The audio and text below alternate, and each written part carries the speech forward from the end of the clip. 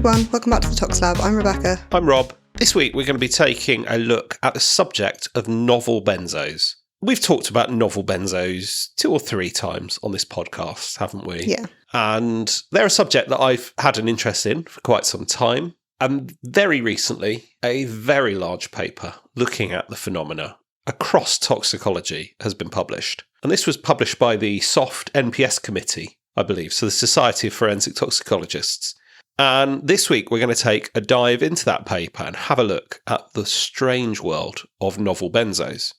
Before we dive into the science this week, I thought we'd have a look at what novel really means. So, Rebecca, I'm going to ask you a few things. You tell me if they're novel or not. Okay. Air fryers. Less novel. Less novel. Yeah. Oat milk. I don't think that's novel anymore, no.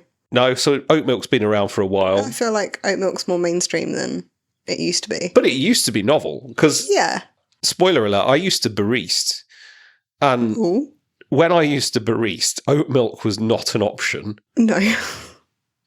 DVDs, clearly not novel. Definitely not novel. Definitely not novel.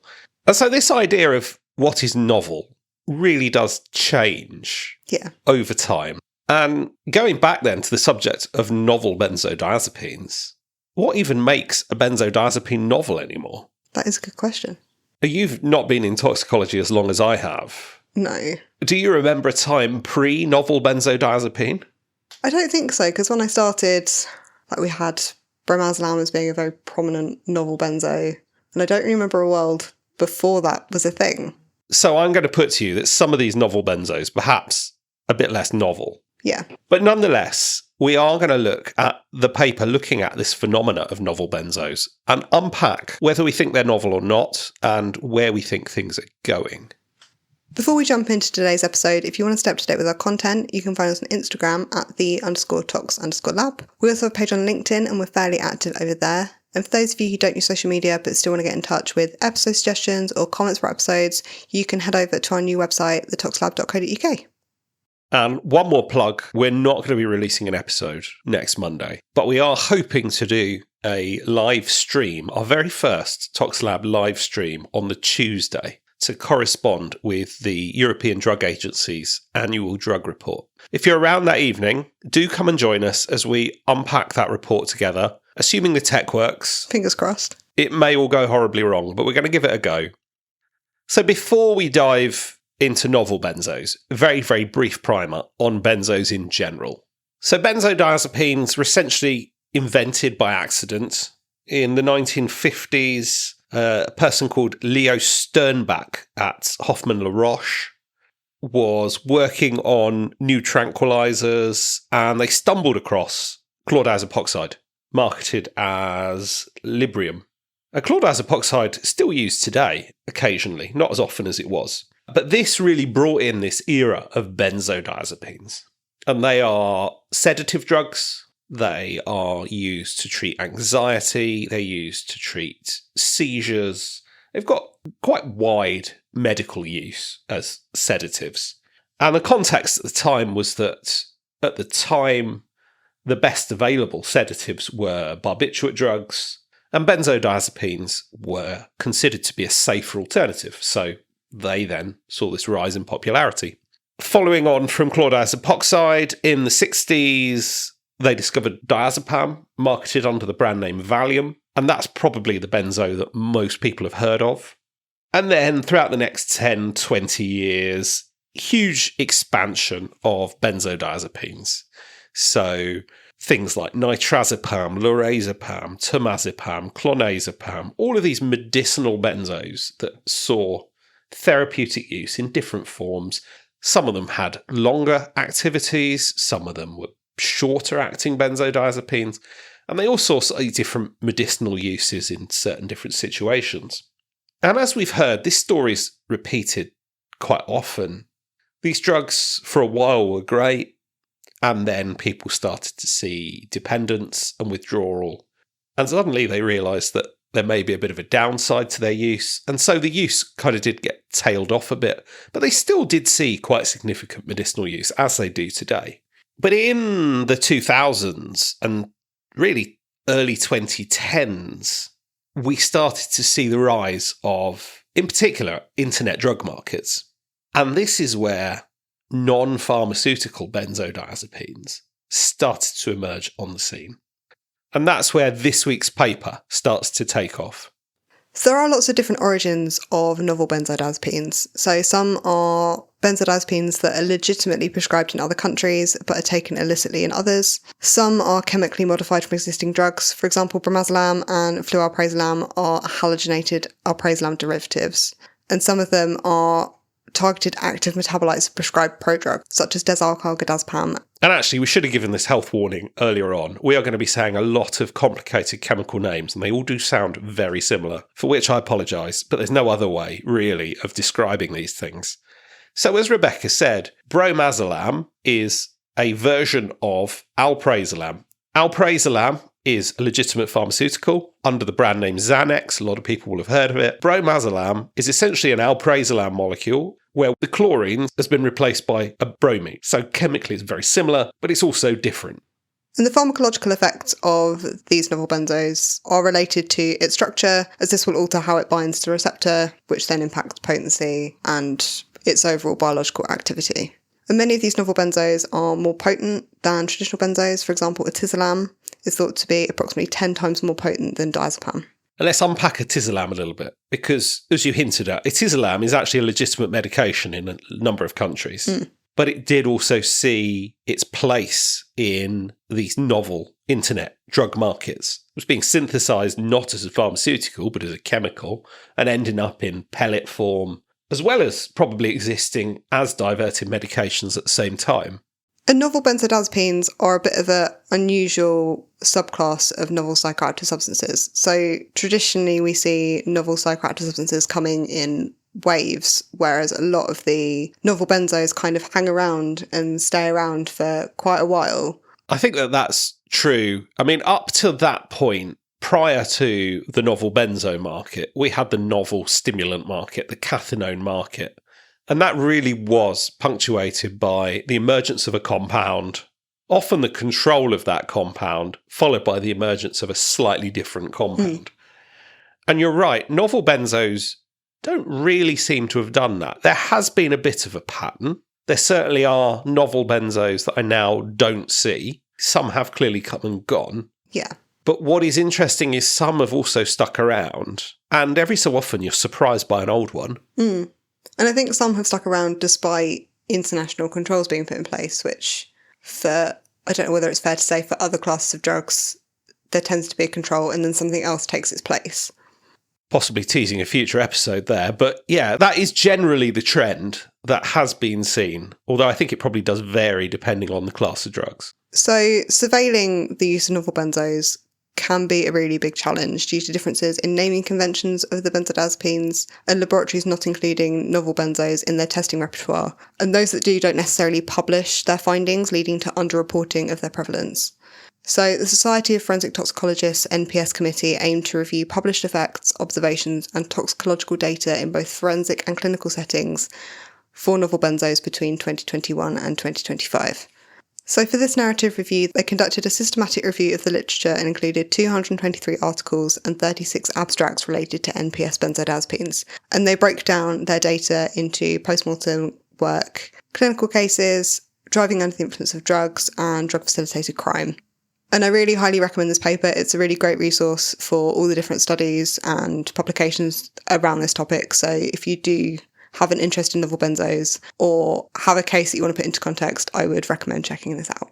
So first, taking a look at novel benzos in post-mortem cases. Novel benzos are often found in combination with other drugs, most commonly opioids including fentanyl, carfentanil and nitazenes. So this combination of typically fentanyl and benzos is known as benzodope and is quite a phenomenon in the US. So just to put that into a little bit of context, this is true of pharmaceutical benzos too. Yes.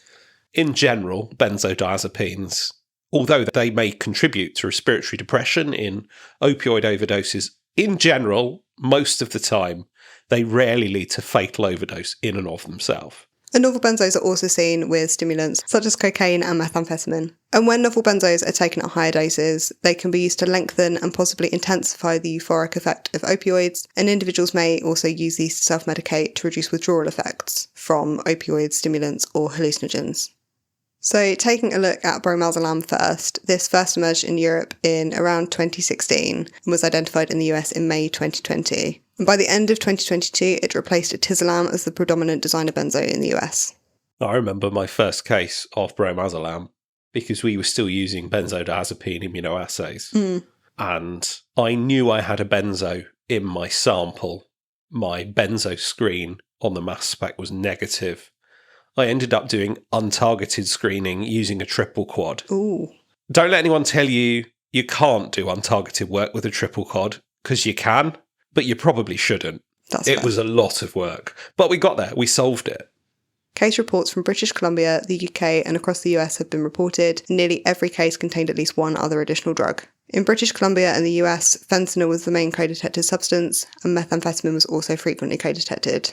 In a UK dataset of 96 cases, all but one contained another drug, and gabapentinoids, cocaine and diazepam were the most common, and no fentanyl was reported, which kind of lines up with what we see in the UK. Generally, we don't see fentanyl in the recreational drug supply. It's not never, but it's not as prominent as it is in the US. We certainly haven't seen the fentanyl wave that the US saw. While the US was seeing a lot of fentanyl, we were still seeing heroin.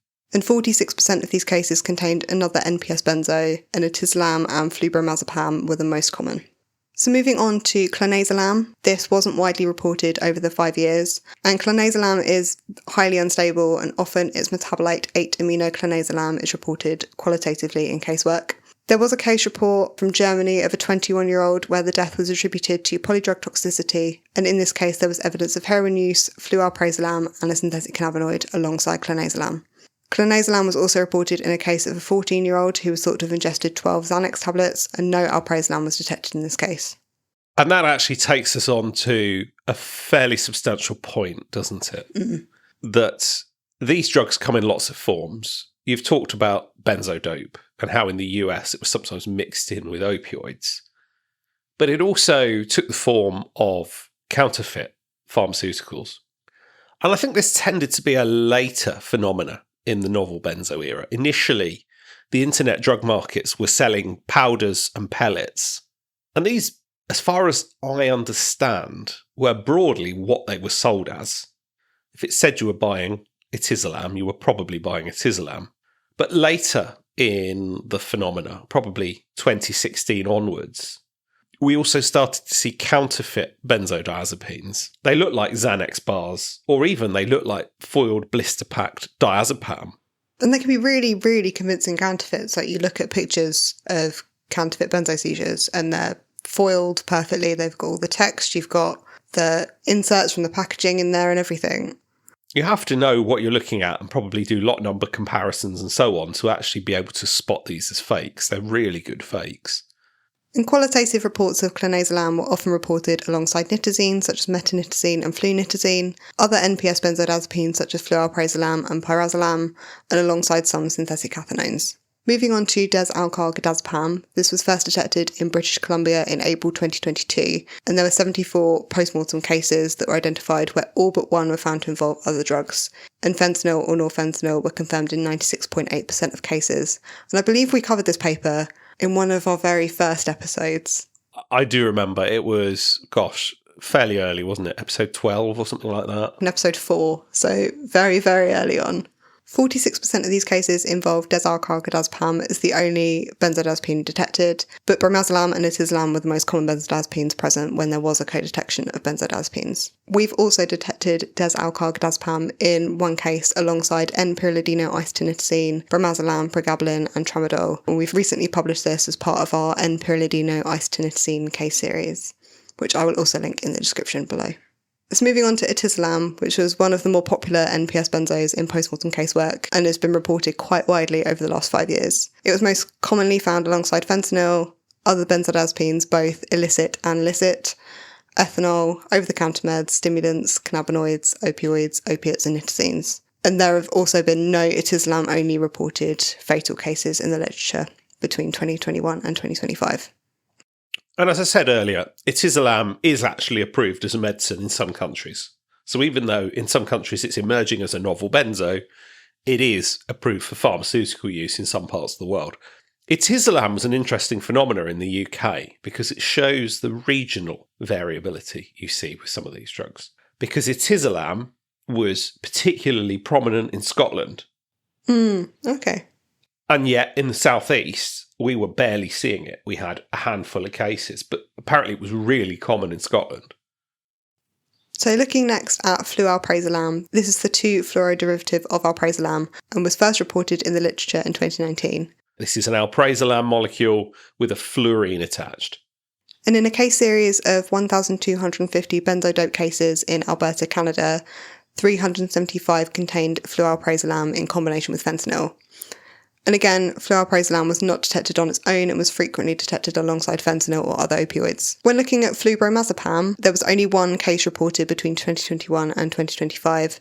And this case involved a 30-year-old male with mental health issues and a history of suicide attempts, and he was also receiving methadone treatment. Peripheral blood was analysed and bromazolam was found at a concentration of 480 nanograms per mil, alongside the opioid U47700, also known as Pinky or pink heroin, and was also detected alongside methadone and diazepam.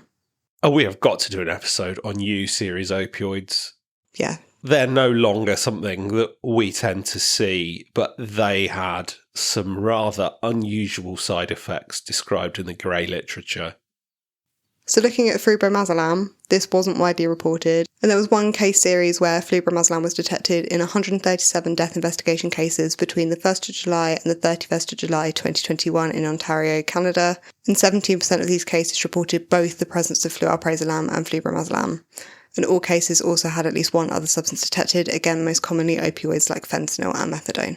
Moving on to some less commonly detected ones, pyrazolam was the first NPS benzo reported back in 2012 and is occasionally detected in post-mortem casework alongside opioids, so very similar to the other novel benzos that we've seen. And rilmazophone is the prodrug for active metabolites rilmazolam, didesmethyl rilmazolam, and carboxyrilmazolam, and 2 cases have been reported in Sweden despite rilmazophone not being an approved medication in this country.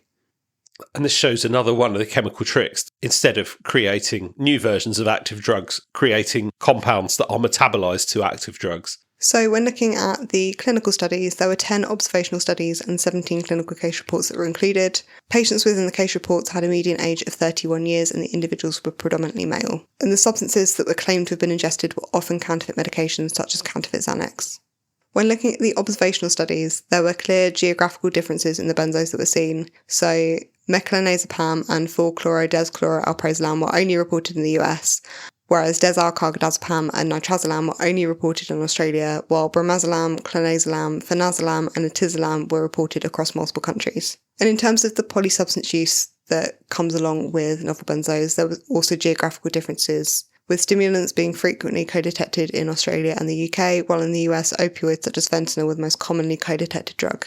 And this is a similar pattern to what we've just discussed in the post-mortem work. When looking at the clinical case studies for bromazolam, clonazolam, etizolam, flualprazolam, bromazolam and pyrazolam were included, and individuals were most commonly presenting to hospital with CNS depressant symptoms, which fits with what we know about benzodiazepines. And unlike in the post-mortem casework, there were several cases where the NPS benzo was the only detectable substance, which was extremely rare in the post-mortem work. And I think this takes us back to people not publishing their data, because I've definitely had some clinical cases involving novel benzos. And you're right, unlike in the fatal cases, these were single drug administrations, and these people were admitted to hospital. They were often in a confused state or a sedated state, often in hospital, sometimes for 2 or 3 days. I remember at least one patient who had a very prolonged presentation. He thought he had taken a significant overdose of diazepam. No diazepam detected. We detected bromazolam. And he was definitely in hospital for a few days before being released. But as you say, unlike the fatal cases, it was just that one drug. Yeah. I think this particular case sticks with me because at the time there was very little known about bromazolam, but there was a reasonable amount reported in the grey literature. So things like Reddit, users saying bromazolam's got a very long half-life. And so we took that to mean actually the fact that it was still sedated 3 days later is perhaps consistent with what other people are describing. That is interesting. And I think it highlights the importance of, when you've got cases like this, of trying to get them published, just so that when other labs are seeing a very similar thing, they can kind of put their findings into context. And I think this paper really highlights that there is a gap in what is out there. Give me an extra day a week to write up everything interesting. That's a fair point too. So moving on to driving under the influence of drugs, NPS benzos can lead to impaired mental function, prolonged reaction time, slurred speech, and loss of motor control, which all impact on one's ability to operate a motor vehicle safely. Their presence in driving under the influence of drug cases often involve erratic driving, collisions, and observed impairment, including horizontal gaze nystagmus, which is the involuntary side-to-side jerking of the eyes when tracking a moving object, and poor coordination. And novel benzos are often co-detected alongside other substances, which is a recurring theme, which then complicates interpretation of blood concentrations in these cases. Interpretation of blood concentrations in these cases becomes absolute minefield, doesn't it? We know that benzodiazepines, pharmaceutical benzodiazepines, can impair one's ability to drive. To what degree, and to what degree a blood concentration indicates impairment, really depends very much on somebody's tolerance. Yeah, that is a really good point. That applies to drugs like diazepam that we have studied for many, many years and have written countless papers over. When it comes to these new benzos, we have literally got no idea how a blood concentration translates to impairment. And it really shows the importance in these cases of actually law enforcement officers collecting evidence of impairment beyond relying on the blood result. Because actually that blood result may not be able to tell us all that much beyond the presence of the compound. So moving on to drug-facilitated crime cases, novel benzos are thought to be fairly desirable drugs in the world of drug-facilitated crime because they're active at low doses, they're fast-acting, they're easily orally administered, and may exhibit short half-lives leading to rapid metabolism and excretion. And there aren't that many published studies available looking at drug-facilitated crime and novel benzos. One study looked at 10,000 cases submitted for toxicology testing in Ontario, Canada between November 2019 and December 2020. Etizolam was quantified in 191 cases, but only 4 of these were described as drug-facilitated crime. And it's thought that novel benzos in drug-facilitated crime is a much larger problem than is represented by what's out there at the moment. And it's kind of compounded by a couple of different issues. There are often delays in reporting in drug-facilitated crime cases, so many novel benzos can become undetectable by the time the sample is taken. Novel benzos are also not always included in scopes of lab testing at hospitals where people might be presenting. And the higher potencies and shorter half-lives of novel benzos compared to traditional benzos means that there's a need for highly sensitive analytical methods, which not every lab that's in a hospital will have access to. Actually, going back to the metabolism issue, it possibly gets a bit more complicated than that, because my understanding is that bromazolam actually has active metabolites. Okay. And that's probably true of a few others as well. So even though the parent drug might be undetectable, that doesn't mean the drug isn't still having an effect via downstream metabolism. If you look at a drug like diazepam, it's got a fairly large number of active metabolites. And some of these novel benzos may well be doing similar things in terms of their metabolism. So this paper concludes quite nicely with the analytical challenges of looking for novel benzos. So one of the points that's brought up is that immunoassay screening methods vary in their cross-reactivity for the novel benzos. So some typically have higher cross-reactivities and some really poorly cross-react. So therefore, for a lot of the novel compounds, they might not be reliably detected.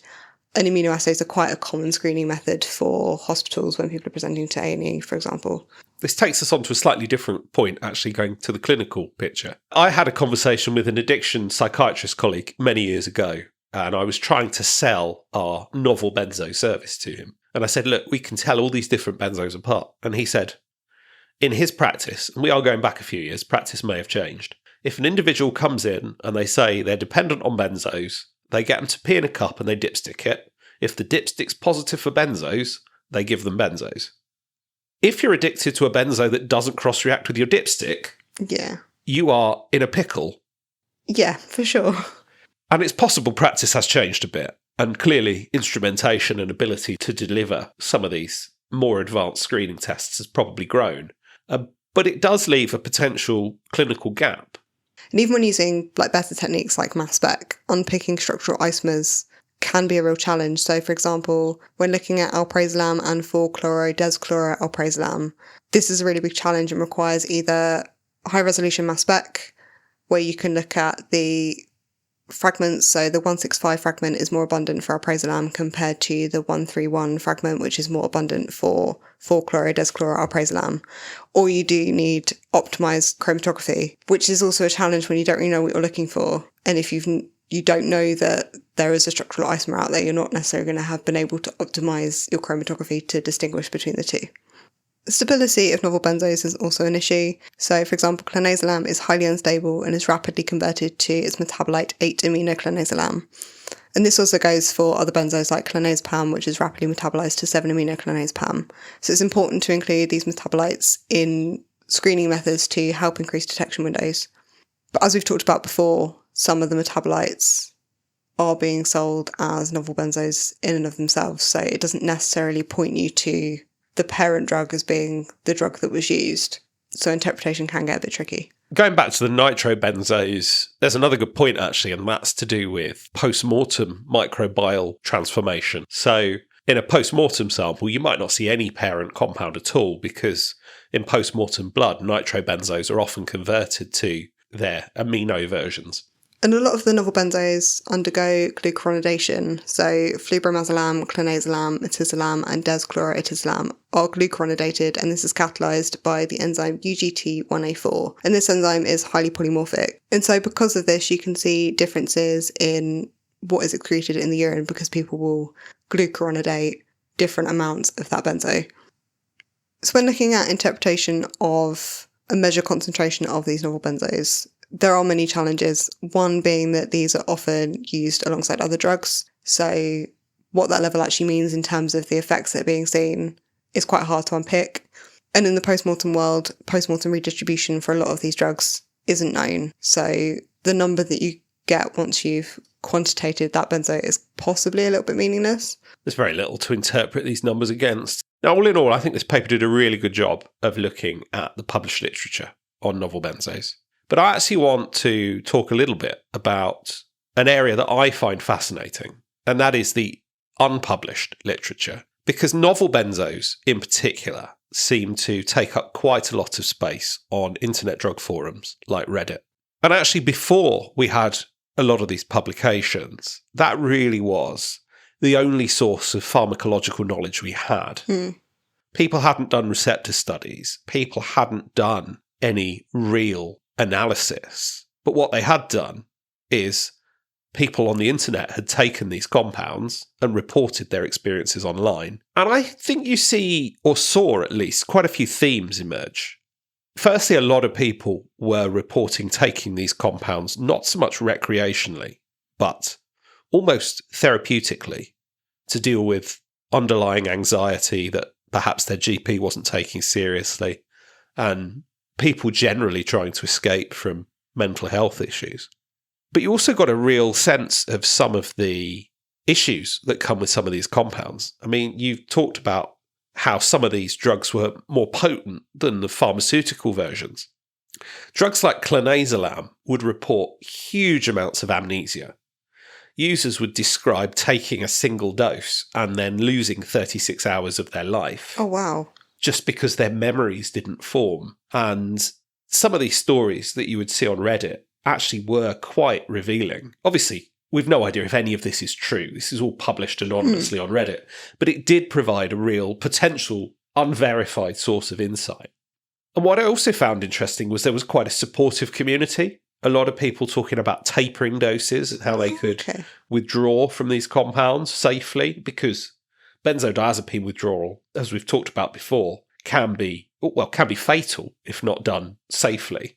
So I have always found the online communities discussing novel benzos to be particularly insightful. So going back to the original topic then, Rebecca, are novel benzos air fryers or DVDs? That's a good question. I feel like a lot of the novel benzos are now less novel, and they've been around for quite a number of years. Yeah, are generally less novel. We are still seeing the emergence of novel benzos like ethyl bromazolam that is starting to appear on the recreational drug markets. So novel benzos are still a thing, but I think a lot of the ones we talked about in this paper are a little bit more old school. I think we should change the phrasing, actually. I think we should be talking about non-pharmaceutical benzodiazepines. Yeah, that's probably a better way of phrasing it. Because you're right, they haven't gone away. They haven't disappeared. They are part of the landscape. Sometimes people are taking diazepam, sometimes people are taking bromazolam. They're no longer new compounds, or even the concept of non-pharmaceutical benzos is not a new concept. But you're right, new ones do keep emerging. Ethyl bromazolam, relatively recent. Potentially new ones just around the corner as new. In fact, I think I saw ethyl flualprazolam has been detected somewhere recently. I can't remember where I saw that. So clearly new ones are still emerging. But this idea of non-pharmaceutical benzos appearing as a new drug market has now just become really part of the landscape. So if someone says to you they took a Xanax, what does that mean in 2026? I mean, I'd almost be surprised if there was any alprazolam there. That's true in the UK, because of course alprazolam's not prescribed in the UK. In the US it is.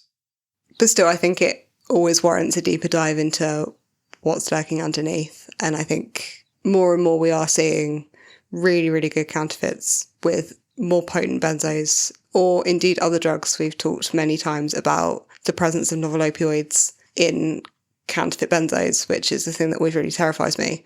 So it's definitely one to think about, just because it looks real and it's printed as a Xanax bar and the packaging is perfect, doesn't necessarily mean that's what is present. I think that's a really good point. I think that pharmaceutical branding and pharmaceutical lookalikes, I don't know, do you think they carry more risk? I think so, because if you're buying something online and you think you're buying, say, alprazolam or diazepam, and you think it's a legitimate pharmaceutical because the packaging is perfect, you're going to be more trusting that that is what you're going to be taking. And you don't necessarily think about the risks. Whereas if you're buying a couple of random pills in a little bag, I don't know, from my perspective, I'm going to be like, well, I could be getting anything. I think that's fair. You know, I go on the BNF and I say, I can take 2 mgs of diazepam because the BNF says I can. Yeah. Except it's not 2 mgs of diazepam, it's 2 mgs of bromazolam or whatever. Yeah, I think that's a really fair point. This idea of pharmaceutical branding can falsely reassure people that what they're taking is a legitimate pharmaceutical. I want to look a little bit at bromazolam, because bromazolam has become, I think, probably the loudest of the benzos. Yeah. It's certainly had, in my experience, the longest life. Why? Why is that? Why bromazolam? I don't know. I'm assuming that users enjoy the way bromazolam feels compared to other novel benzos. I know some just never took off because of user experience. And I think bromazolam just fits what people are after when they're looking for a novel benzo. It's probably pharmaceutically quite similar to alprazolam. Yeah. As opposed to other compounds. Although we don't really know that, I don't think. So where is this not novel benzo market going to go next? What's your prediction? Ooh, that is a good question. Because if you asked me a couple of years ago, I would have said that bromazolam was going to disappear after it came under international control. But we know that's not the case because we're still seeing it. I have a feeling bromazolam is going to stick around and still be a really prominent novel benzo. What about you? What do you think? I think it's really hard to predict, actually. I would never have predicted, like you, the long tail that bromazolam has had. Similarly, some compounds like flualprazolam, there was a run on and suddenly you don't see it again. I think it's possible we will see newer compounds emerge. How long they will stay for, whether we will see a new bromazolam contender or whether we will just see continual churn in the background of existing ones. I think what always surprises me is where a really old blast from the past appears. And you see something you really weren't expecting and haven't seen in 5-6 years. So if, like you say, novel benzos are now part of life, what's our responsibility as toxicologists? I think we have a responsibility to make sure our libraries are as complete as they can be for detecting novel benzos. I think when we do see clusters, if possible, it'd be great if we can get better as a community at trying to get the word out that these are being seen, either through formal peer review publications or just by sharing things. There's a lot of like toxicology forums and email chains going around. But I think that information is really important to make sure that people are aware of what's out there and what's like one state over, for example, in the US, or like what's being seen up north in the UK.